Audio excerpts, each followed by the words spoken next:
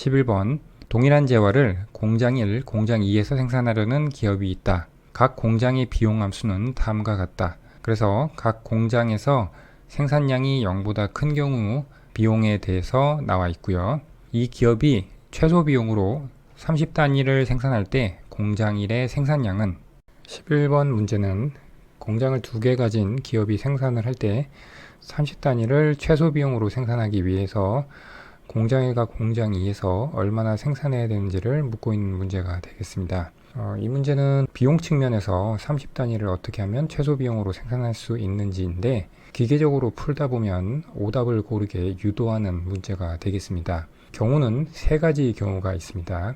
두 공장에서 모두 생산하는 경우와 한 개의 공장에서만 생산하는 경우 세 가지로 분류할 수가 있고, 첫 번째 경우 공장 1, 2에서 모두 생산하는 경우를 보면 비용을 최소화하기 위해서는 각 공장에서 생산했을 때 한 개의 비용을 일치시키면 됩니다. 그리고 공장 1의 생산량을 Q1, 공장 2의 생산량을 Q2라고 하면 Q1과 Q2의 합은 30이 되겠고요.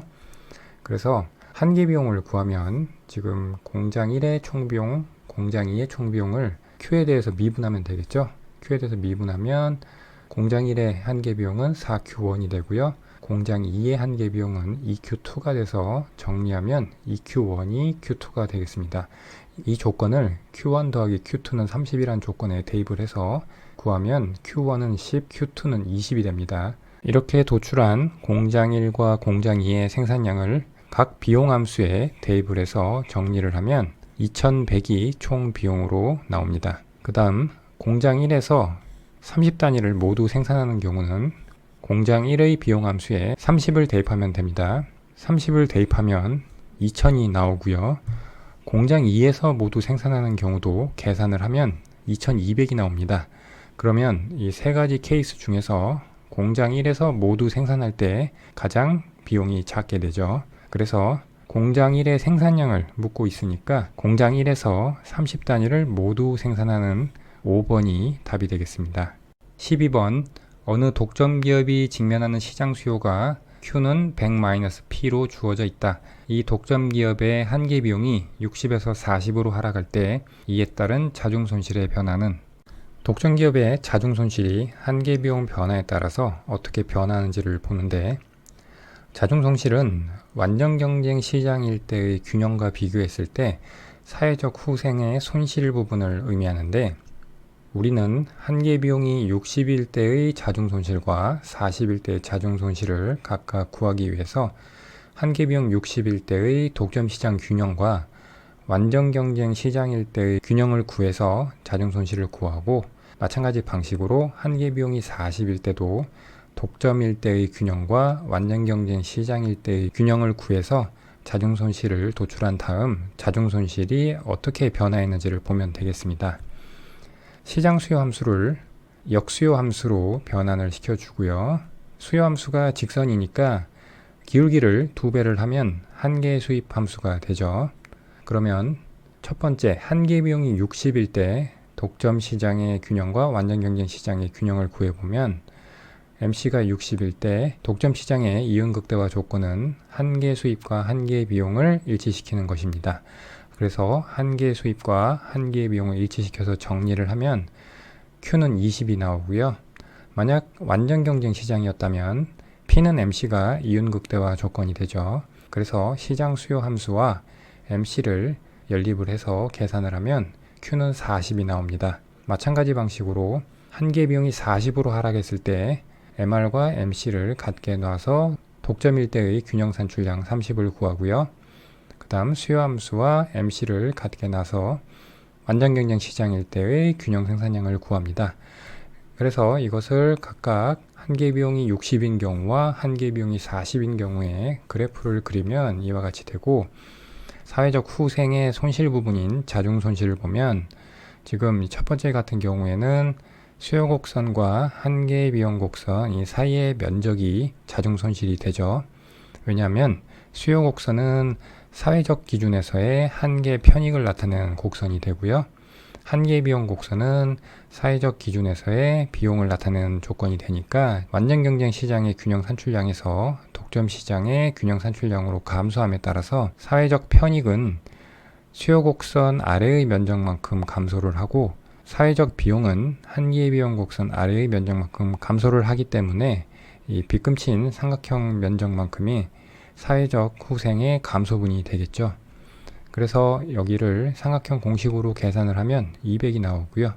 마찬가지 방식으로 한계 비용이 41대의 자중 손실을 구하면 450이 나옵니다. 따라서 자중 손실의 변화는 200에서 450으로 250만큼 증가한다가 답이 되겠습니다.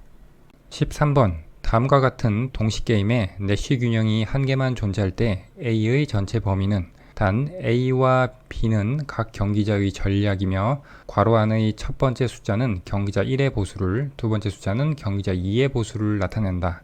13번 문제는 게임이론 문제가 되겠습니다. 내시 균형이 나와 있으니까 개념들을 살펴보면 먼저 내시 전략은 상대방의 주어진 전략에 대한 최적 전략을 의미하고 이 내시 전략의 짝을 내시 균형이라고 합니다. 그 다음 강우월 전략이 있습니다. 이것은 상대방의 모든 전략에 대해 항상 가장 높은 보수를 가져다주는 전략이 되겠습니다. 강우월 전략의 짝을 우리는 우월 전략 균형이라고 하고요.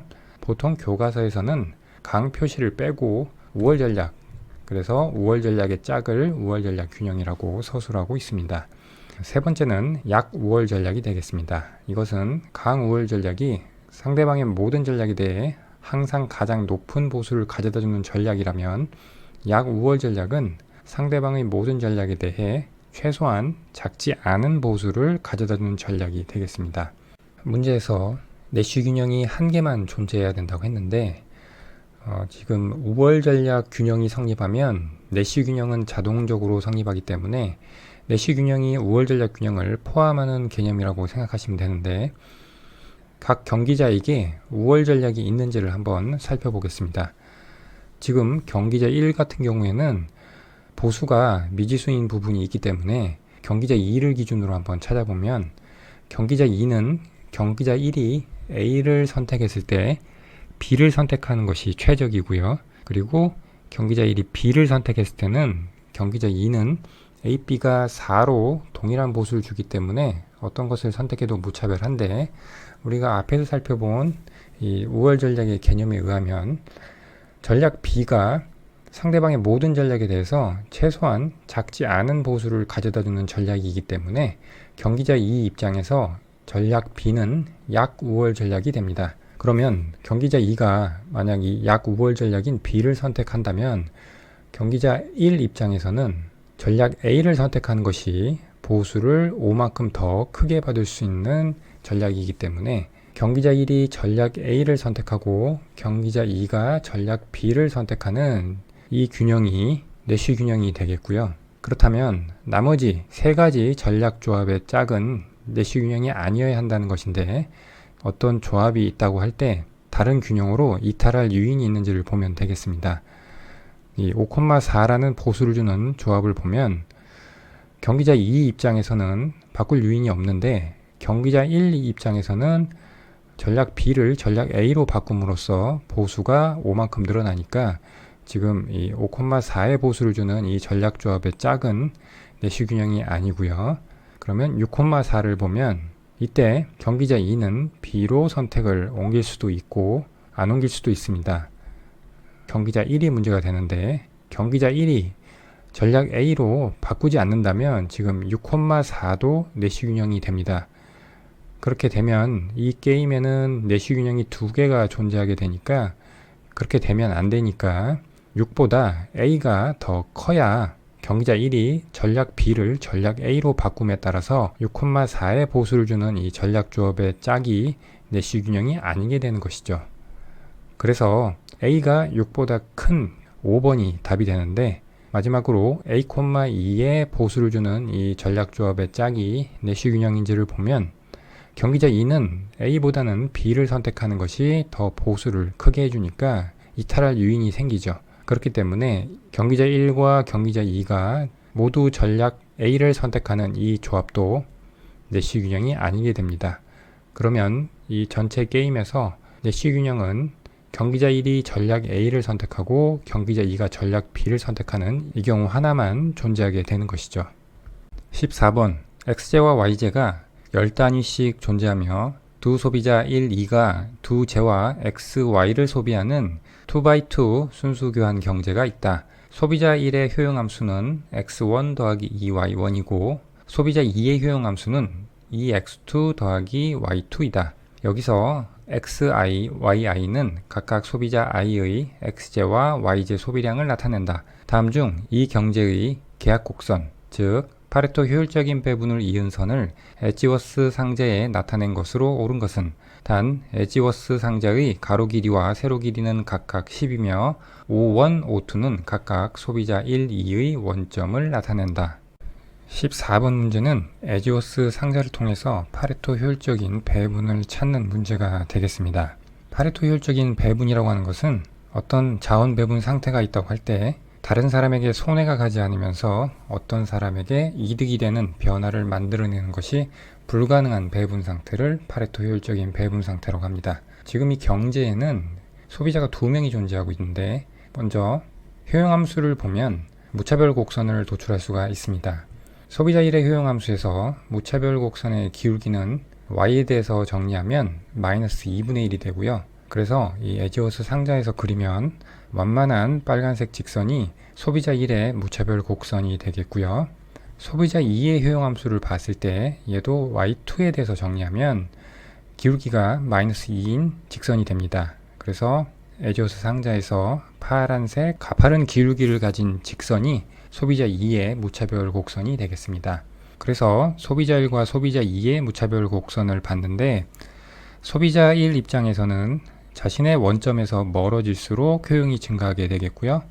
소비자 2도 역시 자신의 원점에서 멀어질수록 효용이 증가하게 되겠습니다. 그러면 이 경제에서의 계약곡선, 즉 파레토 효율적인 배분을 나타내는 점은 지금 이 위치에서 한번 생각을 해보겠습니다. 이 위치는 소비자 1 입장에서는 x제는 하나도 가지고 있지 않고 y제만 10단위 가지고 있는 점이고요. 소비자 2는 x제를 10단위 가지고 있고 y제는 한 단위도 가지고 있지 않은 점이 되겠습니다. 만약 소비자 2가 자신의 효용을 늘리기 위해서는 무차별 곡선이 이 왼쪽 아래로 이동을 해야겠죠.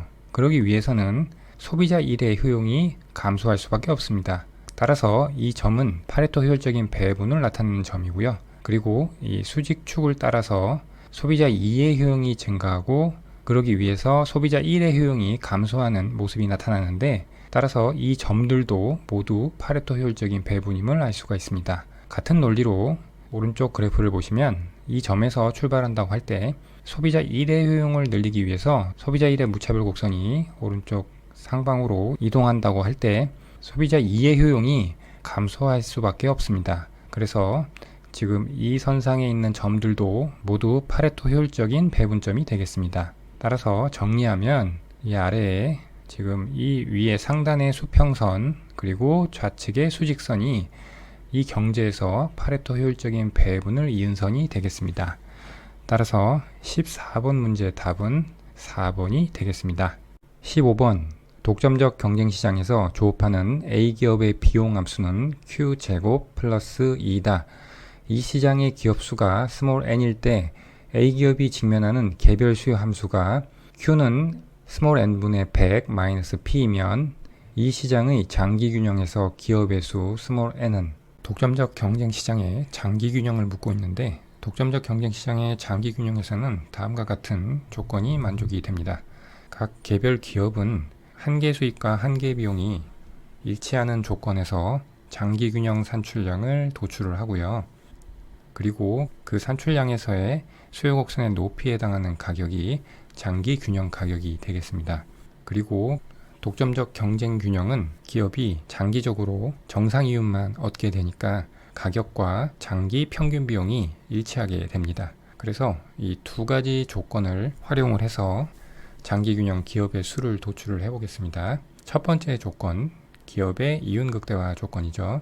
이것은 한계 수입과 한계 비용을 구해야 되는데 문제에서 주어진 개별 수요 함수에서 한계 수입을 도출하면 수요함수가 직선이니까 수요함수를 역수요함수로 바꾼 다음 기울기를 2배 하면 한계 수입 곡선이 되고요. 그 다음 한계의 비용은 비용함수를 Q에 대해서 미분을 해주면 한계 비용이 됩니다. 그래서 한계 수입과 한계 비용을 일치시키면 이 A 기업의 이윤극대화 생산량은 N분의 25가 됩니다. 그 다음 두 번째 조건, 가격과 장기 평균 비용이 같다는 조건을 구하기 위해서 가격은 그대로 이 수요함수를 역수요함수로 바꿔서 가져오고요. 그런데 여기서 Q가 1번 과정에서 구한 N분의 25를 대입해서 정리를 해주면 N분의 75가 되고, 그 다음 장기 평균 비용은 비용함수를 생산량 Q로 나눠주면 되겠죠. 그러면 이와 같은 모습이 되고, 역시 이 Q 자리에 1번에서 도출한 N분의 25를 대입을 해서 정리를 하면 이와 같이 됩니다.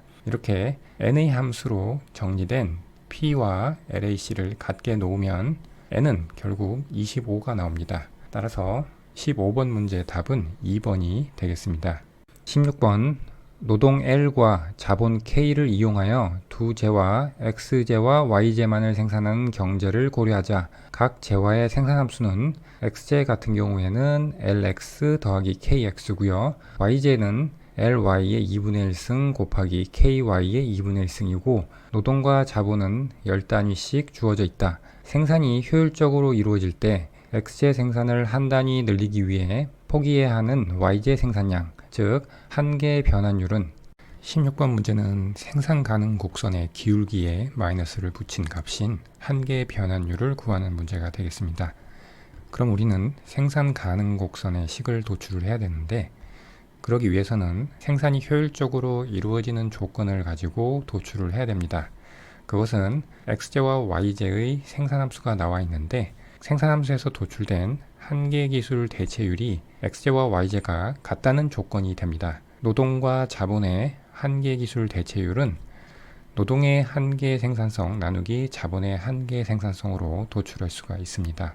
그래서 X재 같은 경우에 생산함수를 각각 LX와 KX로 미분을 해서 정리를 하면 1이 나오고요. Y재 같은 경우에는 LY분의 KY로 도출이 됩니다. 그러면 이 두 개를 같게 놓으면 KY와 LY가 같다는 조건이 도출이 되고, 문제에서 노동과 자본이 10단위씩 주어져 있다고 했으니까 X재에 투입할 수 있는 노동량과 Y재에 투입할 수 있는 노동량의 합이 10일 것이고, 자본 역시 X재와 Y재에 투입할 수 있는 양이 10단위일 것입니다.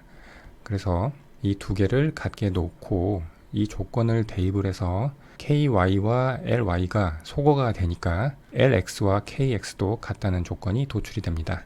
그러면 이 두 조건을 생산함수에 대입을 해보면, 먼저 X재는 LX 더하기 KX에 KX 자리에 LX를 대입할 수 있죠. 그러면 QX는 2LX가 되고, LX로 정리하면 2분의 QX가 됩니다. LX와 KX가 같으니까 KX 역시 2분의 QX가 되겠죠.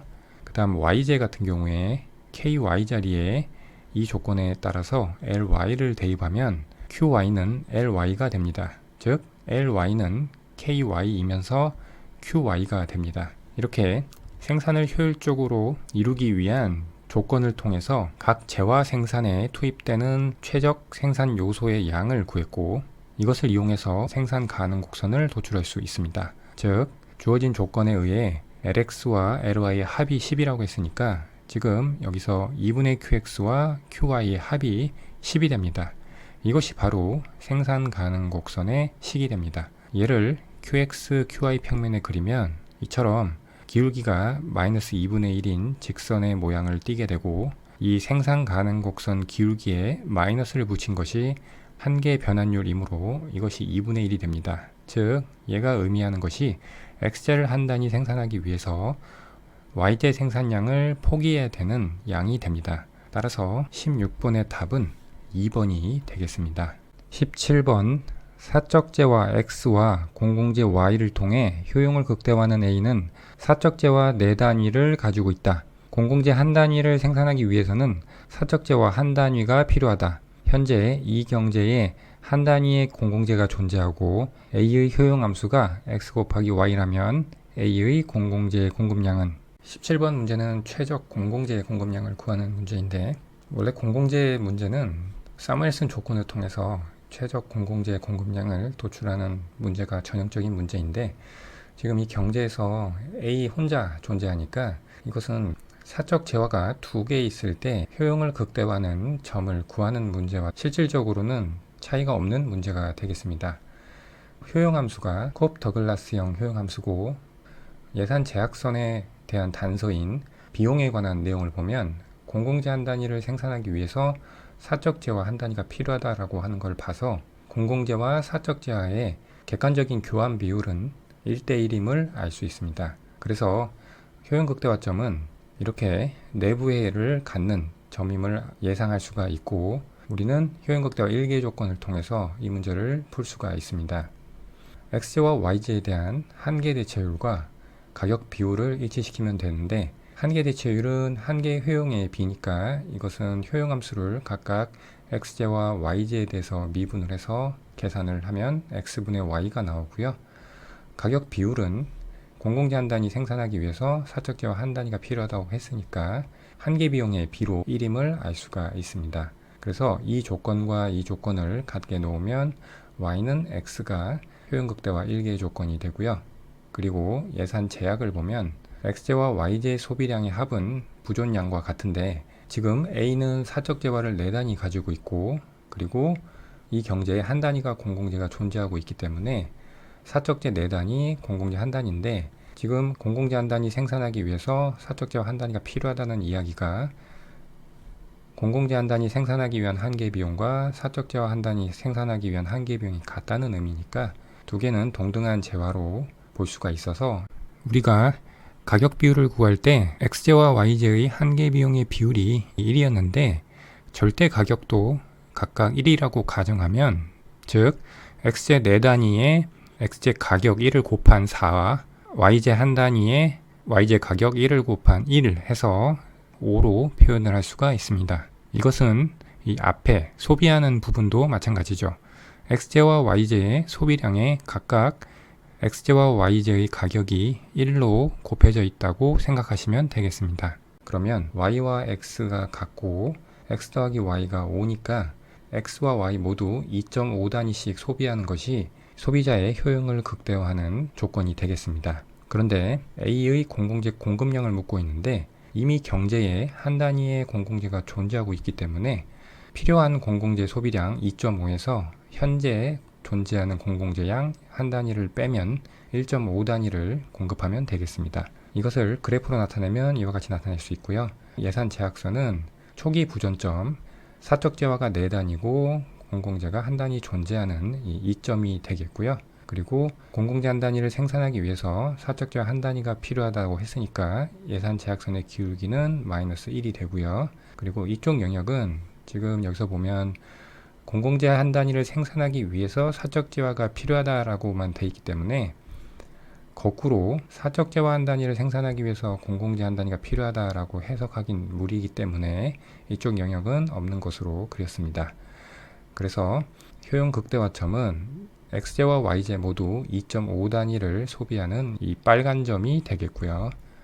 그러면 공공재 원래 한 단위가 존재했으니까 2.5단위를 소비하기 위해서는 1.5단위만큼 생산을 해야 되죠. 따라서 17번 문제는 3번이 되겠습니다. 18번 비용함수가 Q제곱 더하기 10인 독점기업의 시장 수요가 Q는 100-P이다. 이 기업은 생산 과정에서 생산량 한 단위당 25의 외부 공해 비용을 발생시킨다. 이 기업의 이윤극대화 생산량을 QM, 사회적 최적 생산량을 QS라 할 때 QM-QS의 값은, 18번 문제는 독점기업의 이윤극대화 생산량과 외부성을 고려한 사회적 최적 생산량을 도출해서 비교하는 문제가 되겠습니다. 먼저 독점기업의 이윤극대화 생산량을 도출해보면, 독점기업은 시장 수요 곡선에서 도출된 한계 수입과 외부성을 고려하지 않은 자신의 비용함수에서 도출된 사적 한계의 비용을 일치하는 조건에서 이윤극대화 생산량을 결정을 합니다. 한계 수입 곡선은 시장 수요 함수를 P에 관한 역수요 함수의 식으로 변환을 해서 직선의 방정식이니까 기울기를 2배를 하면 도출이 되고요. 사적 한계 비용은 비용 함수를 생산량 Q에 대해서 미분하면 되겠습니다. 그래서 한계 수익과 사적 한계 비용을 같게 놔서 정리하면 QM은 25단위가 나오고요. 두 번째로 사회적 최적 생산량은 사회적 관점에서의 한계 편익과 사회적 관점에서의 한계 비용을 도출해서 두 개를 같게 놓으면 되는데 지금 이 문제에서는 소비 측면에서는 외부성이 없습니다. 그래서 시장 수요 곡선 자체를 사회적 한계 편익 곡선으로 볼 수가 있고요. 역수요 함수의 식으로 변환을 해서 그것을 사회적 한계 편익 곡선으로 가져왔습니다. 그 다음 사적 한계 비용이 EQ였는데 여기에 외부 공해 비용 25를 감안을 해서 사회적 한계 비용 곡선을 만들어서 얘를 사회적 한계 편익과 같게 놓으면 QS도 25가 나옵니다. 따라서 QM-QS의 값은 제로로서 답은 1번이 되겠습니다. 19번 좋은 품질과 나쁜 품질 두 가지 유형의 차가 거래되는 중고차 시장이 있다. 좋은 품질의 차가 시장에서 차지하는 비중은 50%이다. 각 유형에 대한 구매자의 지불 용의 금액과 판매자의 수용 용의 금액은 다음 표와 같다. 판매자는 자신이 파는 차의 유형을 알고 있으며 구매자는 위험 중립적이다. 이 시장에서 구매자가 차 유형을 알 수 있는 경우와 차 유형을 알 수 없는 경우 각각에서 두 유형의 중고차가 모두 거래될 수 있는 A, B의 값으로 가능한 것은 정보경제학 문제가 되겠습니다. 기본적으로 구매자의 지불용의 금액이 판매자의 수용용의 금액보다 크거나 같다면 차량이 거래가 되겠죠. 먼저 첫 번째 경우로 구매자가 차 유형을 알 수 있는 경우를 보면 이 이야기는 좋은 품질의 차량과 나쁜 품질의 차량이 구분이 되기 때문에 각각 시장을 구분해서 A와 B의 범위를 찾으면 되겠습니다. 좋은 품질의 차량에 대해서는 이 구매자의 지불 용의 금액이 판매자의 수용 용의 금액보다 크거나 같으면 되겠죠. 그래서 A가 1000보다 크거나 같다. 그 다음 나쁜 품질 같은 경우에는 B보다 800이 크거나 같으면 되겠죠. 그래서 이렇게 표현할 수가 있고요. 그 다음 두 번째 경우 구매자가 차 유형을 알 수 없는 경우에는 구매자 입장에서는 좋은 품질의 차량과 나쁜 품질의 차량의 시장에서 차지하는 비중을 근거로 해서 자신의 지불용의 금액을 평균한 값으로 시장에서 차량을 구입하려고 할 것입니다. 그것이 2분의 A 플러스 800이 되겠죠. 그런데 이것이 좋은 품질에 대해서 판매자의 수용용의 금액보다 크거나 같아야만 좋은 품질의 차량과 나쁜 품질의 차량이 모두 거래가 되겠죠. 그래서 이렇게 1000보다 크거나 같다로 식을 세우면 되겠습니다. 이것을 정리하면 A는 1200보다 크거나 같다가 되고요. 그래서 첫 번째 경우와 두 번째 경우 모두 성립해야 되니까 AND 조건으로 이 범위를 계산을 해보면 A는 1200보다 크거나 같아야 되고 B는 800보다 작거나 같아야 됩니다. 이 조건을 만족하는 보기를 찾아보면 3번이 되겠습니다. 20번 동일한 노동량을 보유하고 있는 두 국가 A, B는 유일한 생산 요소인 노동을 이용하여 두 재화 X, Y만을 생산한다. 두 국가 각각의 생산 가능 곡선은 직선이다. 각국은 교역의 이득이 있는 경우에만 자국에 비교우위가 있는 재화의 생산에 완전 특화한 후 상대 국가 교역한다. 다음 표는 이에 따른 두 국가의 생산 조합과 교역 후 소비 조합을 나타낸다. 다음 설명 중 옳은 것만을 모두 고르면 단 교역은 두 국가 사이에서만 일어난다. 20번 문제는 리카도의 비교 우위에 관한 문제가 되겠습니다. 자료를 보면 두 국가 각각의 생산 가능 곡선은 직선이라고 했으니 X제와 Y제 생산의 기회비용은 생산량에 따라서 변하지 않고 일정하게 유지가 된다는 것이고요. 그리고 교역에 이득이 있는 경우에만 비교 우위가 있는 재화 생산에 완전 특화한 후 상대국과 교역한다고 되어 있습니다. 즉 주어진 자료에서 A국은 X제 생산에 완전 특화하고 있고 B국은 Y제 생산에 완전 특화하고 있다는 것을 봤을 때 A국은 X제 생산에 비교 우위가 있고 B국은 Y제 생산에 비교 우위가 있습니다. 그래서 비교 우위가 X제는 A국, Y제는 B국입니다. 그런데 절대 우위는 알 수가 없는 게 지금 얼마나 유일한 생산 요소인 노동량을 투입해서 이 생산을 하고 있는지를 알 수가 없기 때문에 절대 우위는 알 수가 없습니다. 그리고 A국이 X제 생산에 비교 우위가 있으니까 X제 생산의 기회비용은 A국이 B국보다 작고 X제 수량을 가로축에 놓아서 생산 가능 곡선을 그리게 되면 A국의 생산 가능 곡선의 기울기가 더 완만하게 됩니다. 그래서 보기 가부터 보면 X제 수량을 가로축에 놓을 때 생산 가능 곡선 기울기의 절대값은 A국이 B국보다 크다가 아니고 작다가 되겠고요. 나에서 B국은 X제 생산에 절대 우위가 있다. 절대 우위는 알 수가 없습니다. 다 교역 조건은 X제 한 단위, Y제 한 단위가 같다이다. 이것은 이 표를 보면 알 수가 있는데 A국이 X제를 100개 생산해서 소비를 80개만 했다는 것은 20개를 B국으로 수출했다는 것이고, 그리고 Y제 소비가 20개가 됐다는 것은 Y제를 20개 수입했다는 것입니다. 그래서 X제 한 단위와 Y제 한 단위를 대등하게 교환했다는 것을 알 수가 있습니다. 따라서 다가 맞는 보기고요. 그래서 20번 문제의 답은 3번이 되겠습니다.